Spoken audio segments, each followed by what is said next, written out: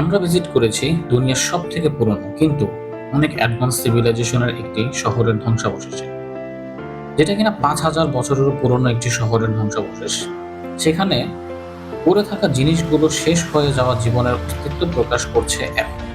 যেখানে তখনকার সময়ে ইজিপ্টে ফেরাউনের পুজো করা ব্যস্ত ছিল সেখানকার মানুষেরা, অন্যদিকে এই শহর আধুনিক বিকাশের জন্য কাজ করে যাচ্ছিল। কোথায় এই শহর, কি বা হচ্ছিল এই শহরে, বিস্তারিত জানতে জ্ঞান বাক্সের সাথেই থাকুন।